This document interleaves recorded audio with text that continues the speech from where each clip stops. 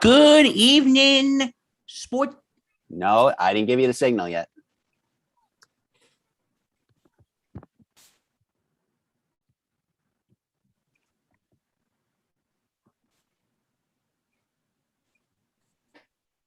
Good evening, sports fans. What is going on?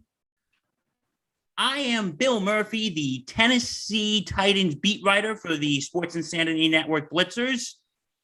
And welcome to the Sports Insanity Network's Gridiron Thursday report. I am joined by my esteemed panel of writers, but they couldn't be here, so we got these guys. We got the president of the Sports Insanity Network and the Buffalo Bills beat writer, Mr. Lawrence Patchman Lang. Hey. I don't know how I got called into this. Busy work day in the personal life and working in a grocery store, still during a pandemic. But hey, we're here to talk some football because you know what? Football is finally back and it's the regular season. Preseason's in the rearview mirror, and we're going to talk some Cowboys and Bucks tonight. Yeah, and also joining us, he is the beat writer for the Dallas Cowboys and the Detroit Lions. Please welcome Mr. Mark Oldopsky Halpern. Good evening. Welcome to tonight's first report from SIN on Football Live. Yeah, this is our Thursday night pregame. We're gonna be played every Thursday about 7:00 before the Thursday night game. And there's also the Sunday sideline report, which is on 10 a.m. Sunday mornings. Check that out. And before we begin, I just want to give a big shout out to the Sports Insanity Blitzers. They've been writing all 32 NFL teams. Well, we don't have all 32 covered, but they're writing it and they're doing some fantastic work. If you want to go check out what they're doing, go to www.thesportsinsanitynetwork.com // Insanity Blitzers. Thank you. Duly noted. Got you. Don't worry. We're a team here. Come on.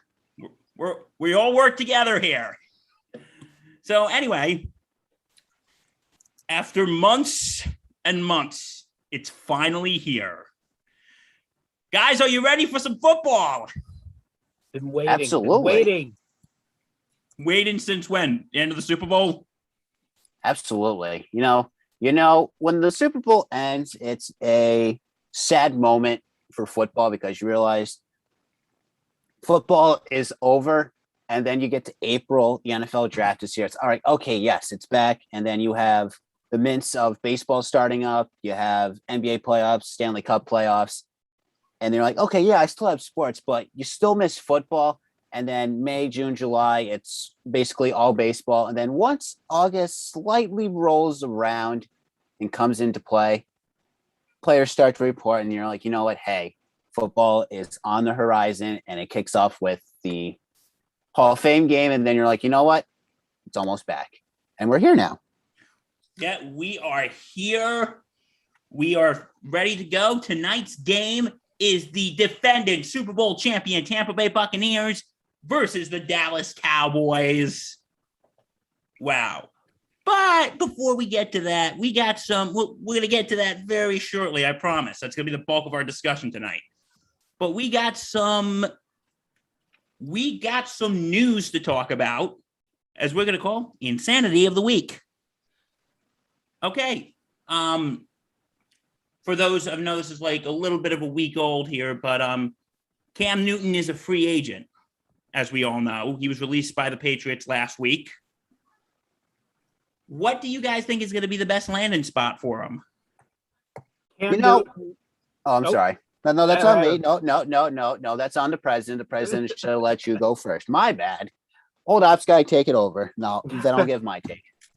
Cam Newton is an unfortunate thing that happens in the NFL. A very promising young player came out, took the sport by storm, got injured, and his career just really slowly went down.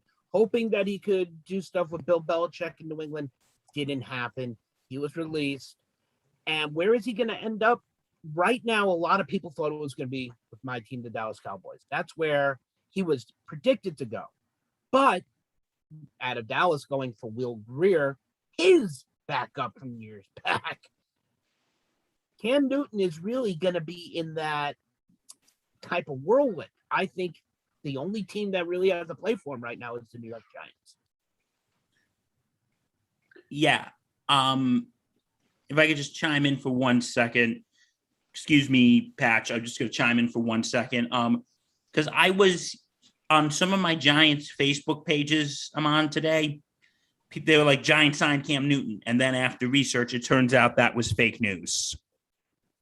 But I think he would make a good addition. I think he's someone we should keep waiting in the wings in case Daniel Jones doesn't do that well this year, because I'm a little shaky in confidence with Daniel Jones. Patch, what do you think would be the best spot? New York is a potential landing spot for Mr. Cam Newton, depending on how Daniel Jones does in his new season with the Giants. Coming off last season, Giants underperformed last year. But actually, the whole NFC East underperformed last year, and it became the joke of the league last year. But regardless of what the Giants do and the rest of the NFC East, Cam Newton's landing spot is the Houston Texans. Because with the dilemma that's going on with Deshaun Watson, I think that, Cam Newton can be that vital piece to the Houston Texans. Even with Tyrod Taylor? I'm not the biggest supporter of Tyrod Taylor. I think he can get the job done, but I think you can bring Cam Newton in and he can fit that system and help Houston Texans win some games and get back to the playoffs. I do agree with you, because I've been hearing that maybe Houston would be a good fit for him, especially all what's going on with Deshaun Watson right now. I'm hearing that. You know what? Also, I'm hearing today, I read this article today from Bleacher Report. They're saying that Cam Newton should maybe think that his starting days are behind him and should just embrace that he's going to be a backup. I don't know what you guys think. He could fit the backup role, but I think he still thinks he can be that starting quarterback. But once again, where does he fit in the league that needs a starting quarterback that has experience that, maybe a rookie can shadow? Because what I've been hearing is, of course, because two teams I've been hearing, and both of these teams, he's going to be a definite number two. And that was, of course, Mark's Dallas Cowboys, because he's going to be number two to Dak Prescott, who we will get to tonight. But yeah, there's going to be a lot of, there was talk that he could be the number two for the Dallas offense. I don't know what the number two quarterback for Dallas. Sorry, slip up there. I don't know what you think, Mark. Right now, the Dallas Cowboys, my favorite team for over 30 plus years, have an issue, and it's that second backup quarterback spot. Cooper Rush should not be third. Will Greer should not be second. Neither one of them belong on the Dallas Cowboys. I mean, look, I have a lot of respect for Cooper Rush. Right now, what Dallas just did, and we'll get into it, as Bill said, a little bit more with Dak Prescott, is Dallas has been restructuring a number of players to free up cap room. And that's to go get a backup quarterback, and is going to have to pay pretty high. And believe it or not, the person who I now see coming in week 2 could be Andy Dalton back out of Chicago, because he's not starting past week 1. Yeah. Another team, the other team I've been hearing, if he was to be a backup because of their run offense, is the Baltimore Ravens. No, Lamar Jackson's the quarterback of that team. Because, listen, hear me out. Because what I was reading, it said, because of run offense could be a good fit for Cam Newton if something were to happen to Lamar Jackson. Yes, that's understandable to hear you put it that way. That's why Cam Newton was figured in Dallas. He can fit anywhere where there's a run offense. But right now, Baltimore is not where he's going to go. It could be Houston where he has a chance to end up taking over starting. He's going to go to a team where he has a chance to be the number one. He doesn't want to be a number two right now. No, because I think Houston would probably be the best place for him, in all honesty. Well, Tyrod Taylor is a very experienced quarterback. He can run and gun. I've seen the kid throw for over 300 yards. His time in Buffalo and wherever and other teams he's been on. Patch, what do you think? What with Cam Newton and where he's going? No, Tyrod. Oh, Tyrod. Being the lead in Houston. Tyrod fits right now. Tyrod can fit the void at this moment while the situation with Deshaun Watson continues to unfold and unravel. Moving on.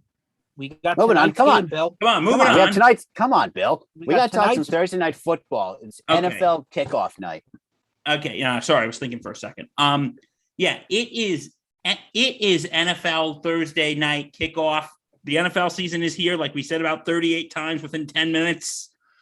So tonight we got a matchup between Mark's beloved Dallas Cowboys and the defending Super Bowl champion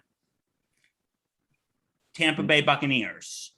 Okay, like one of the big talks tonight on the Dallas side is Dak Prescott is back after last year injuring himself, being out the whole year.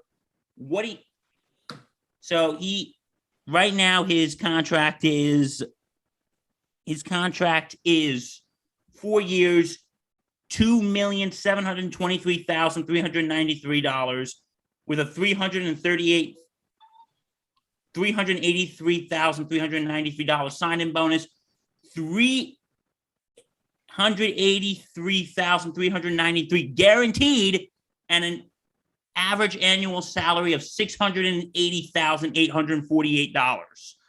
So, Mark, I'm going to start with you. Is Dak worth the money? Well, Dak signed a new deal this year, a long-term extension for $160 million with $126 million guaranteed. His average year will be $40 million.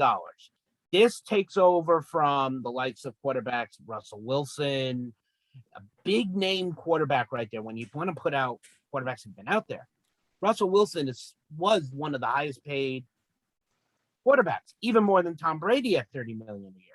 Dak Prescott pressured the Cowboys and showed them, even only in 5 games last year before the New York Giants decided to separate his ankle and break it in 2 places, that he was the next quarterback of the Cowboys. He was the future, averaging almost 400 yards a game, 3 touchdowns, and only half an interception. Plus, Dak is very good in the run game. Is anybody worth $40 million a year to play a sport? No, but in actuality, if you're the Dallas Cowboys and you're Jerry Jones, this is what you're going to have to pay. He paid Zeke Elliott. He paid Amari Cooper. You got to pay your field general. So Dak Prescott, the leader of the Cowboys, is earning what he deserves to earn. Patchy? I was a little skeptical about, the new contract that Dak got, because I'm like, I don't think he's worth that much money, especially coming off an ankle injury where he played 2 games and then it was boom, his ankle blows out in 2 places. And it's like, all right, what's next for Dak? Does he come back? Is Dak going to be able to come back? And then, Dak's new deal comes out. It's like, all right, the Cowboys are trusting Dak Prescott at this moment. You know what? I'm for it, because I think Dak can finally erase the woes of the 2000s for the Dallas Cowboys, because, the Cowboys have been lost since after the 90s dynasty. Jokes aside with if Des Bryant caught it or not, and then just the one and dones.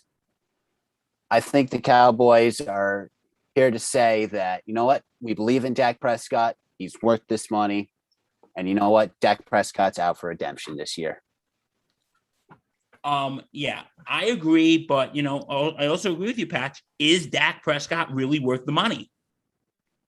You know, like I say, we last season with his ankle injury, we don't know what would have happened. Maybe the Cowboys could have made a run for another Super Bowl. They could have maybe won the division because of how atrocious that division was, and Dak Prescott was probably the best quarterback in that division. But unfortunately, season-ending injury took Dak out, and we can't play the what-if games. Now, this year, with Dak fully healthy, or potentially fully healthy, because we still don't know if he's fully healthy until we see him start the field today. Absolutely. This will be a proven point for Dak Prescott to show, is he worth $160 million? Is he? Yeah, that is the point. Because like I said, we don't have a crystal ball. We don't know what's going to happen. And, as big as a Giant fan I am, I wish Dak Prescott the best, because God, how he split his ankle last year, that was hard to watch. That really was. You're not a Cowboys fan. It was harder to watch as a fan. Yeah, but I don't like No offense. him. No offense. You know what, Mark? None taken. Okay, now moving on from Dak Prescott, here's something I want to ask. Last year was Mike McCarthy's first year as Dallas Cowboys coach. He finished abysmal 6-10, finishing third in the NFC least. Is Mike McCarthy on the hot seat this year, gentlemen? Well, let's look at the coach who he is. He got brought into, no offense to any team out there watching, the biggest team in the NFL, and was handed over the reins, just like Jason Garrett was, just like many coaches before, Bill Parcells, Jimmy Johnson, Tom Lynch, I can name a bunch. He is a defensive coach. Look at what happened to him last year. 60% of his starters all were out, whether it was weekly injuries, season-ending injuries. He had limited to work with. That doesn't excuse anything. Doesn't excuse a 6-10 season. This year, he's got a 100% healthy team. Is he on the hot seat for this season? No. Next year, yes, if he does not produce a winning season. This is the NFC least. However, it's going to be dominated by silver and blue. Patchy? I love Mike McCarthy. He coached my Packers forever. Shout out, I'm a Packers fan. Just letting everyone know. I write for the Bills. Putting it out there. Mike McCarthy really wasn't given I would say, fair chance last season, because with the injury, the riddled injured Dallas Cowboys on the 2020 team. His star quarterback goes out. Who knows? Maybe the Cowboys could have reversed that and gone 10-6. We just, once again, it's this magical crystal ball of what if games. And I'm agreeing with Mark. He's not on the hot seat this year. If the Dallas Cowboys fluctuate in this NFC East division where it's like last year, maybe end of season, it's a question: does Mike McCarthy fit the future of the Cowboys as head coach? Maybe. But we need to give Mike McCarthy a second chance right here, because he will now finally have, hopefully, Dak Prescott once again fully healthy. And the Cowboys can easily win this division if Dak Prescott's healthy. Yeah. My thoughts is, in all honesty, I don't know. And I'm not saying this to sound like an idiot. I just don't know.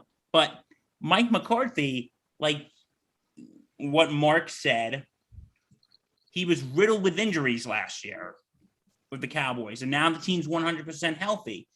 But here's the thing. I don't know if it's going to be this season or next season. I think if he keeps producing losing teams, he's gone, because this is a Super Bowl winning quarterback. Granted, he has a different team now, and depends on if the team is healthy and Dak doesn't get injured again, knock on wood, then I think, okay, he's around for at least another year. But if you produce more losing seasons, then Jerry Jones has got to say, Mike, you're fired. I would say that's a tough call, because if you look at Mike McCarthy's tenure in Green Bay, I think he had 3 losing seasons. I think 2008 he went. Oh, here we go. In my notes, gotta look at notes sometimes. 2008, 6-10. 2017, 7-9. And then his last year in Green Bay, he went 4-7-1, but that was also a year where Aaron Rodgers wasn't that healthy. So it's hard to say if Mike McCarthy is going to be successful in Dallas, if you don't give him a shot. You just can't say, oh, hey, you're a one and done coach after 6-10 or whatever the Cowboys do after this year. And as the old saying goes, trust the process. Give Mike McCarthy a few seasons. Like, look at John Gruden in Las Vegas right now. He's still there, and the Raiders are fluctuating between being really good and really bad, and sometimes they're just in the middle of the mix. But the Raiders are still trusting John Gruden to coach this Raiders team. So give Mike McCarthy a chance. Oh, absolutely. Okay. One thing that has been on Cowboys fans' mind is Zach Martin has been out because he tested positive for COVID. I heard he's recovering. Mark, sorry, I keep starting with you. No, that's fine. Word out of Cowboys camp is at the end of the run with Noah Brown, CeeDee Lamb, and a couple other backup players who were on the list. They had to retest as precautionary. And unfortunately, Zach Martin was in close contact with a couple of those players when they came back and tested positive. Now, he could have received the false positive, but in the back-to-back 24-hour test that he was given, one came back positive, which means he has to sit out week 1. He is eligible to return since he is vaccinated for week 2, but he has to have, yet again, back-to-back 24-hour negative tests before he's allowed to return. This is a very, very big loss to the Dallas Cowboys offensive line, as he is one of the generals on that field. He controls that offensive line. That's why he and Trevor Frederick were the best in football until, unfortunately, Trevor Frederick went down with a very rare immune deficiency, and Zach Martin left last year. Tyron Smith was out last year. Tyron Smith and La'el Collins are going to have to run this line. Zach Martin, will be back next week, but we'll have to wait and see. I feel like we've been saying that a lot tonight. Wait and see, wait and see, wait and see. Well, that's what this is. This is a wait game right now. Week 1 in the NFL is a wait and see. It's still preseason in a way. It's the first time you're throwing out your steams. Quoting the late, great Tom Petty, the waiting is the hardest part. Yes. All right. Pat, your thoughts, my man. Yeah, we see this in all the sports. This past, starting a little bit here. We've seen this a lot this last year and a half in the midst of the coronavirus pandemic, where players, not even players, everyone all around some people are going to test positive for coronavirus. Some people are not. Some people are going to get corona a little bit worse than other people. Some could have no symptoms at all. And like with Zach Martin's doing fine. He tested positive. Doesn't mean he's going to be full blown out, in a hospital bed for the next 3 months. Knock on wood, because anything can happen, but knock on wood on that. But we're going to see this probably a lot throughout the NFL season. 1 to 2 players are going to test positive. We're not going to see, I'm not going to say we're not going to see an outbreak on a team, but there's always that possibility of an outbreak on a team. But this is probably just a minor speed bump. It's a minor little speed bump. A player tested positive, they're quarantined, they're doing fine. Like Mark said, get 2 negative tests in 24 hours, in the back-to-back 24 hours. You're back on your team, you're back practicing, you're getting ready for week 2. Yeah. So this is just a minor speed bump. Like I said, throughout the season, we're going to probably see some players test positive, but 98% sure that all of them are going to be fine. And hopefully all of them come to their senses on their stance with getting the vaccine, depending on what they get and depending if they disagree or agree with the NFL's policy. If they all come together, they all become fully vaccinated teams, everything becomes a lot smoother. Granted, you got to put your beliefs and all that aside, but at the end of the day, if you get the shot, it makes everything else a lot easier.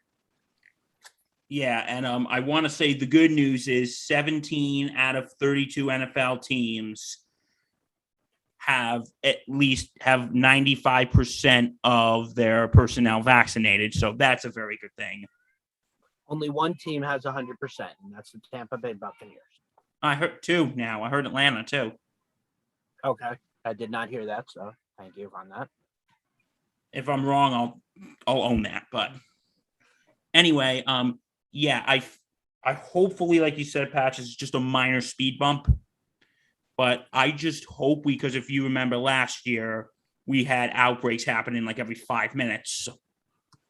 And well, also with that was in baseball, where baseball was rushed back too quick, where it was like, hey, you're starting today, and everyone get back here.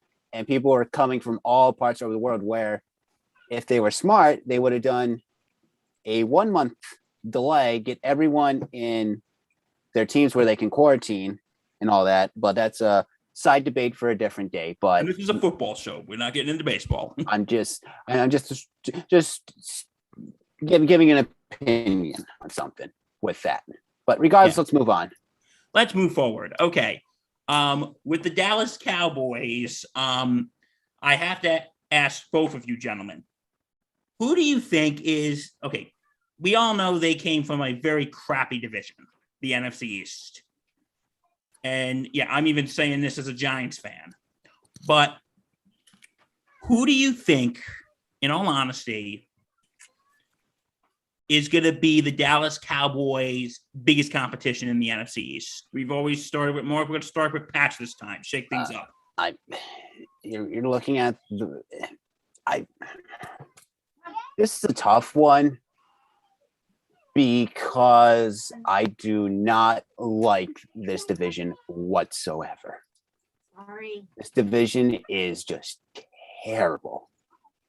And I guess it just has to do with who's playing on which team. But if I really cannot give a definitive opponent for the Dallas Cowboys, if anything, I would have to say the Giants, I guess, just because of who they have on their team. Philly, Philly fluctuates of being good and bad. And if anything, the Washington football team could be another front runner again. All right, over to Mark. When you look at the NFC East, you look at the teams that they are, and then you're looking at the teams that they can be. And when the two of them come together, the NFC East will be deadly again.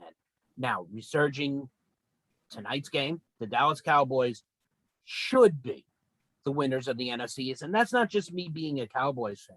That's when you just look at the teams that are in the NFC East. The boys in Big Blue are not going to amount as much with Daniel Jones as the quarterback. The Washington football team is still trying to find themselves a name and still trying to come together on an offense. Where you have an offense with a great running back, you got a good wide receiver. You just don't have a real field general and a quarterback. And then you got the Philadelphia Eagles, who I don't even understand. We're trying to make a deal for Deshaun Watson in the beginning of the year when you traded away everything for Jalen Hurts. And, the Eagles have nothing left. So Dallas should win easily unless, injuries happen. Stranger things have happened too in the NFL. Don't get me wrong.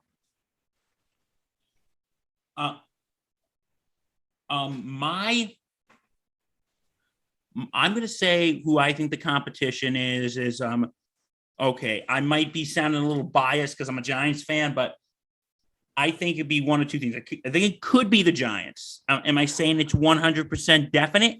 No. But how we have that wide receiver line with Kadarius Toney, Sterling Shepard, Kenny Galladay. On running back, we have Saquon Barkley back. So I think the Giants could have a chance to be Dallas's big competition. But I'm also thinking possibly the Washington football team could. And side note, please come up with a name like soon. But anyway, because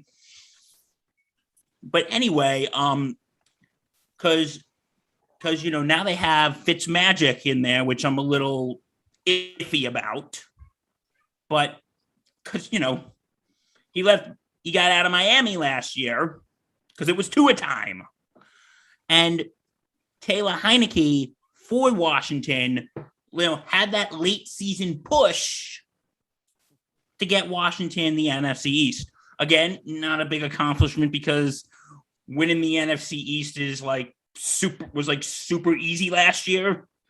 But wasn't even the division wasn't even easy last year. They kept losing games, and then all four teams were winning games somehow when it mattered to make it even closer. And it made for a fun finish, but at the end of the day, it's like if your team finishes under 500 and you win the division, you don't deserve to be in the playoffs. Give a third wild card spot out.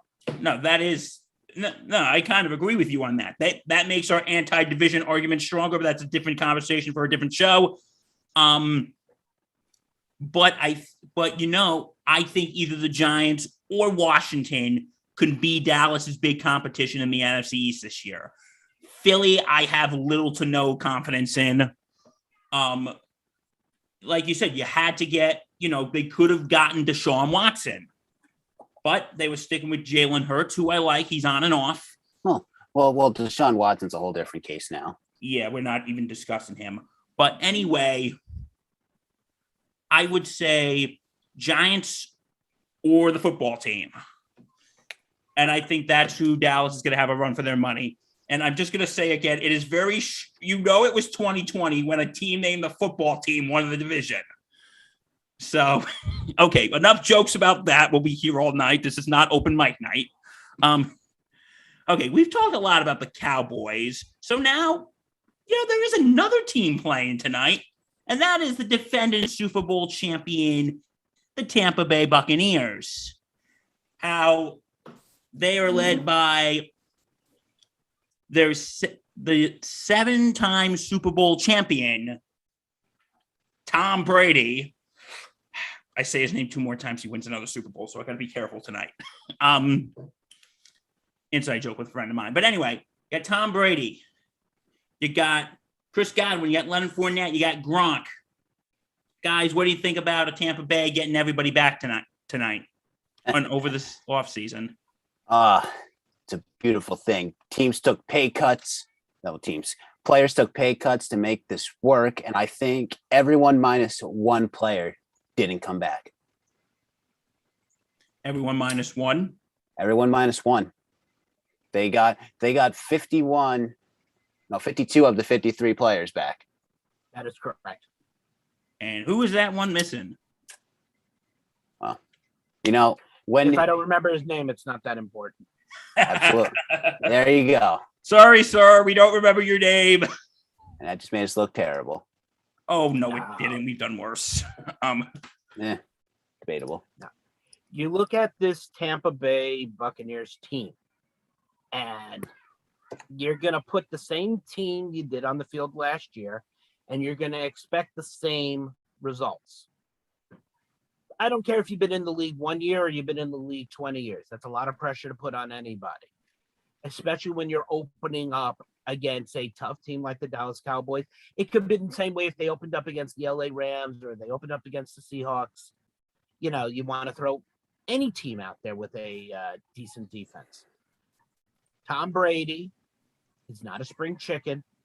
He cannot run.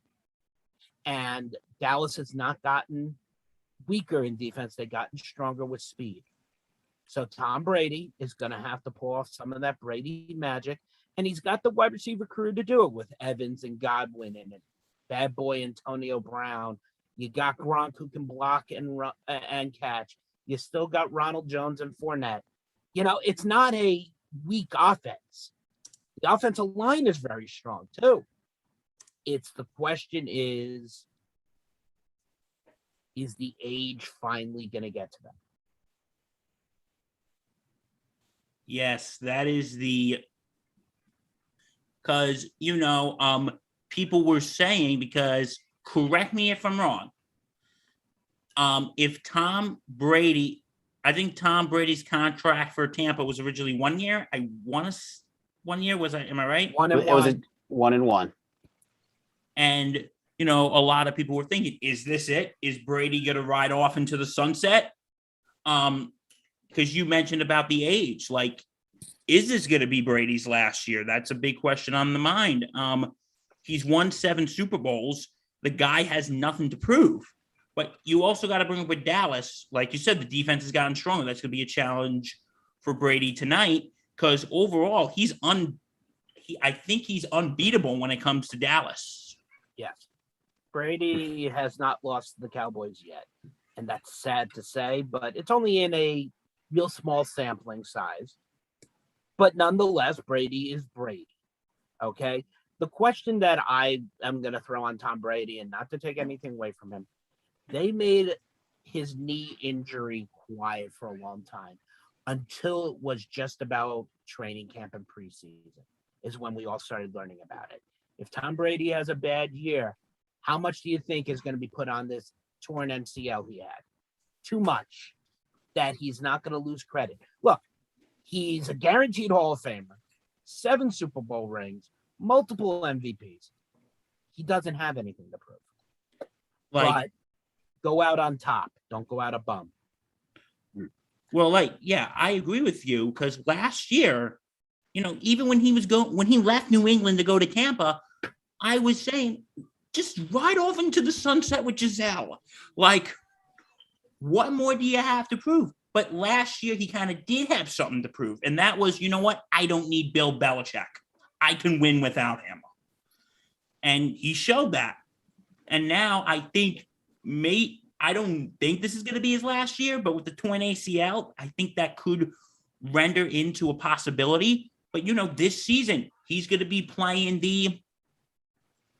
he's going to go to face his old team in Foxborough. And if he beats them there, he will be the only 4th quarterback to beat all 32 NFL teams. So I think that's the one last thing he has to prove. And even this year, if he does that, even if he does go out without a Super Bowl ring, he can go out. You have multiple MVPs. You have 7 Super Bowls. You beat every team in the NFL. You can go. Thank you for your time. Tom Brady. What is it? The waiting period's 5 years for the Hall of Fame? Yes. Okay, because I get that in baseball's Hall of Fame confused. Waiting period. We'll call you in 5. We'll see you in Canton in 5 years. See, I disagree with that. Tom Brady is not stopping until he has a ring for each finger. Unfortunately, I agree. He's stopping he will find a way to. Patch froze up there for a second, so we'll get him back in a second. Yeah, he'll be back.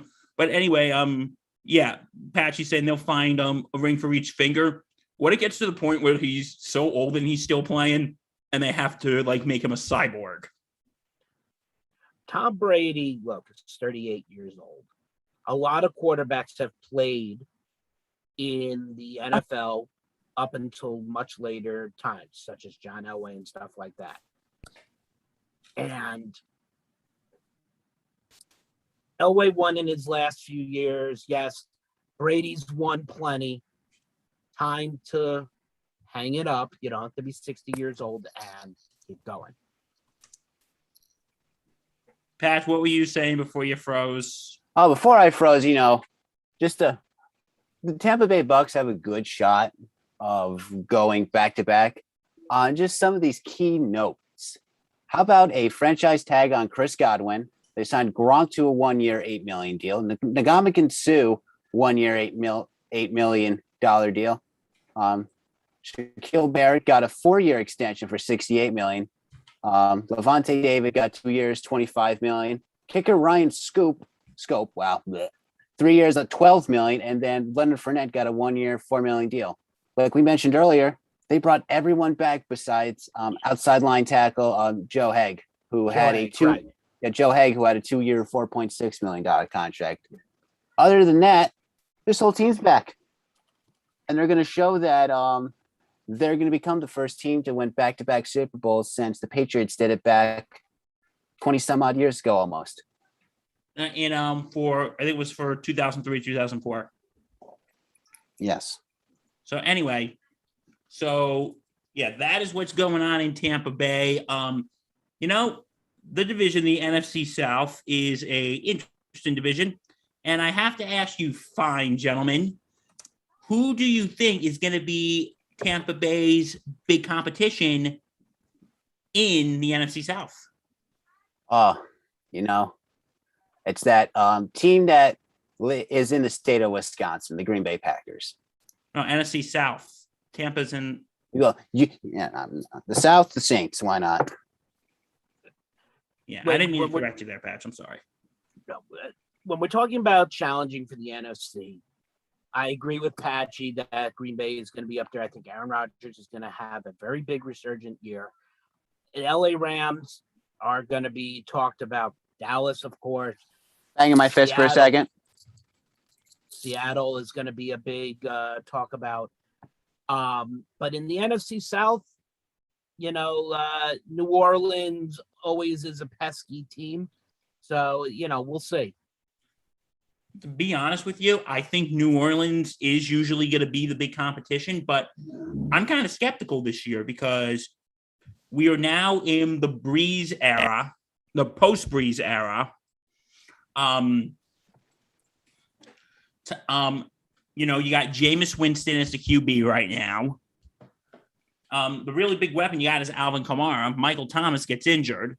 So I would say by a long shot, I would say New Orleans is probably going to be Tampa's big competition this year. It's the only competition they have. Atlanta and the Falcons are not going to amount to much. The Atlanta Falcons are not going to amount to much. And the Carolina Panthers are not going to amount to much either. Even with Christian McCaffrey coming back, because one player doesn't make a football team. Exactly. Sam Darnold has Robbie Anderson to help him out. But all in all, when you're talking about a team that's going to throw the ball for more times than they're going to run it this season, New Orleans will be the only real threat. Absolutely. So, okay. So, so New Orleans is probably going to be the only legitimate threat to the Tampa Bay Bucs. I think that's very fair to say. All right. And now here's something big. Which team's skill position players would you rather have tonight? Would you rather have the Cowboys with Dak Prescott, CeeDee Lamb, Amari Cooper, and Zeke and others? Or would you rather have the Tampa Bay Bucs with the prodigal son himself, Tom Brady, Chris Godwin, Leonard Fournette, Mike Evans. I said Gronk, right? Gronk and Antonio Brown. Which positions would you rather have? Patchman, let's start with you. Which position players would you rather have? We are home, kicking off the Tampa Bay celebration of winning last year's Super Bowl. That team is stacked to the moon and back. Tampa Bay has a deadly offense, and it's going to pay off tonight. No offense, Mark. I'm rooting for the Cowboys deep down in my heart. I know it's cold and black because I'm rooting for the Cowboys on a different note that we've had a side discussion on that I want to happen. To see me cry. No, not to see you cry. But at home, it's a Super Bowl celebration. You got to go with this Tampa Bay offense.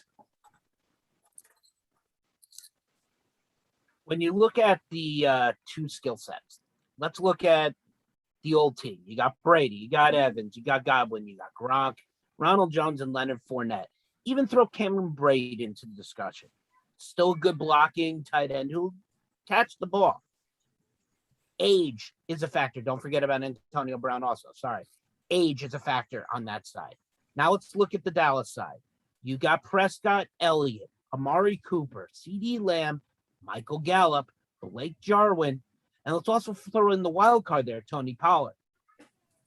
The Dallas Cowboys offense is much younger, is much faster than the Tampa Bay offense. The difference is the experience level, and that pays a lot in football. If I'm not a Dallas fan and I'm not diehard, would make me impartial. But throw me as any other team. I write for the Lions. If I'm looking on the Lions perspective, and I look at both, it's what general is going to lead the team better. And Tom Brady has that advantage, so you gotta like that wide receiver crew of Evans and Godwin and Gronk and Antonio Brown. If you want to talk youth, then you look at the Cowboys. Okay. In my humble opinion, Mark, you just brought up really good points about the Cowboys being younger. You got Dak Prescott in 2019, 4,902 yards with 30 passing touchdowns. You had Ezekiel Elliott with 244 rushing attempts and 979 rushing yards and 6 rushing touchdowns. Amari Cooper with 92 receptions and 1,114 receiving yards. Then you got Brady with 1,061 yards. Sorry, can't talk tonight. 10 passing yards and 3 passing touchdowns last year. And Leonard Fournette with 1,000 to 1,500 yards. And Chris Godwin with 16 receptions, 232 receiving yards and 1 touchdown. But with possibly the best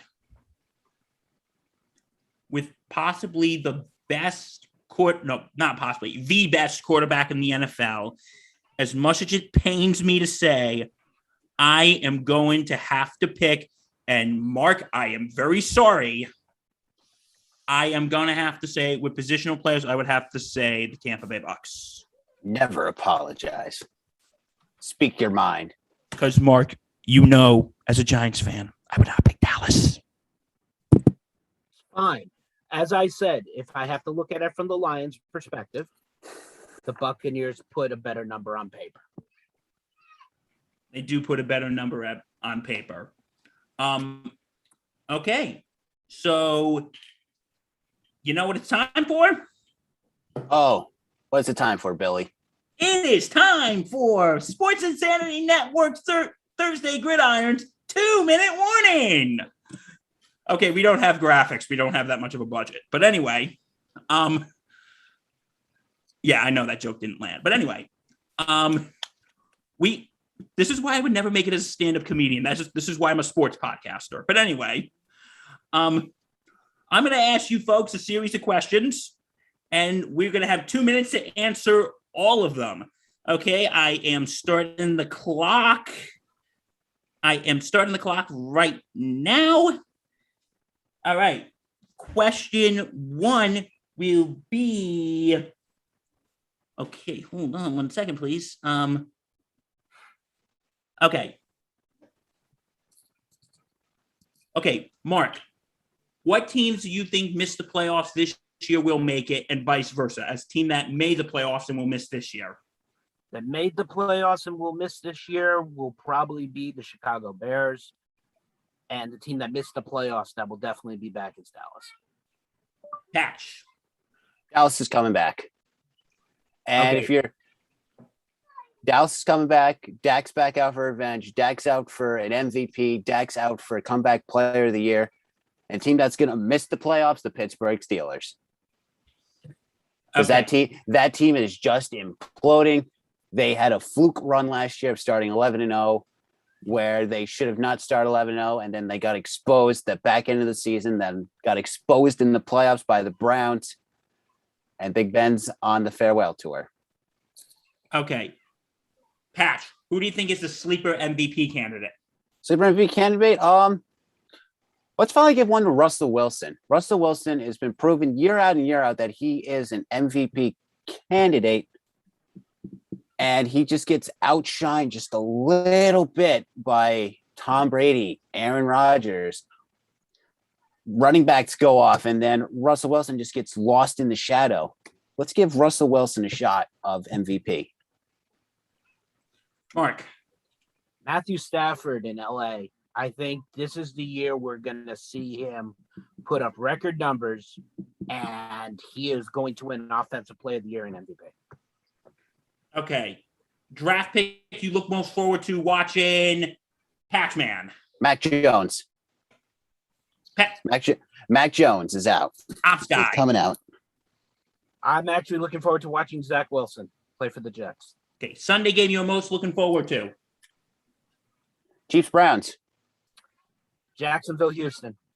And just like that, we're out of time. My answers for that, teams that miss the playoffs that will make it, I'm going to say it's either going to be Dallas or maybe the Giants. For sleeper MVP candidate. Wait, Mark, did you answer that question? Yes, I said my Super Bowl MVP will be... No, sleeper MVP candidate. Sleeper MVP. I said Matt Stafford. Okay, Matt Stafford. My sleeper MVP candidate, I'm gonna say maybe Tua. Draft pick you're looking forward most to watching. I'm gonna say Zach Wilson. And Sunday game you were most looking forward to. Of course, I'm gonna say my Giants, but I think Chiefs Browns gonna be a good one as well. Okay, so let's Okay, guys, so what is your predictions for tonight's game? Well, I'll make it very simple. Dak Prescott's coming out. He's going to shine. 300 yards, 3 total touchdowns. Zeke Elliott, 100 to 125 yards on the ground and a touchdown. Dallas wins this game. 31-17. Amari Cooper and CeeDee Lamb both eclipsed the 100-yard mark, both each scoring a touchdown. And Tom Brady is going to learn what it's like to be Brett Favre and be on the ground. Patchman. Well, on both ends, Dak Prescott, Mark, I think you're feeling a little optimistic there. I'm going to say 275 yards, 2 touchdowns, 1 INT. A nice, subtle rebirth of Dak Prescott in TB. On Tampa Bay side, Tom Brady. I'm going to say 245 yards passing, maybe 1 touchdown, 1 INT. Okay. And me, I'm going to say I think Brady's going to go off tonight. I think Dallas is going to put up a fight. But I think my final score is going to be Tampa Bay 27, Dallas 17. Okay, so that is it for this week. We hope you enjoyed. If you want to check out more of this awesome content, and I hope you do, go to www.thesportsinsanitynetwork.com. Check out the Blitzers at sportsinsanitynetwork.com/blitzers. Subscribe, comment, subscribe here to our YouTube channel. Get this Thursday, Gridiron Thursday, every Thursday night at 7 p.m.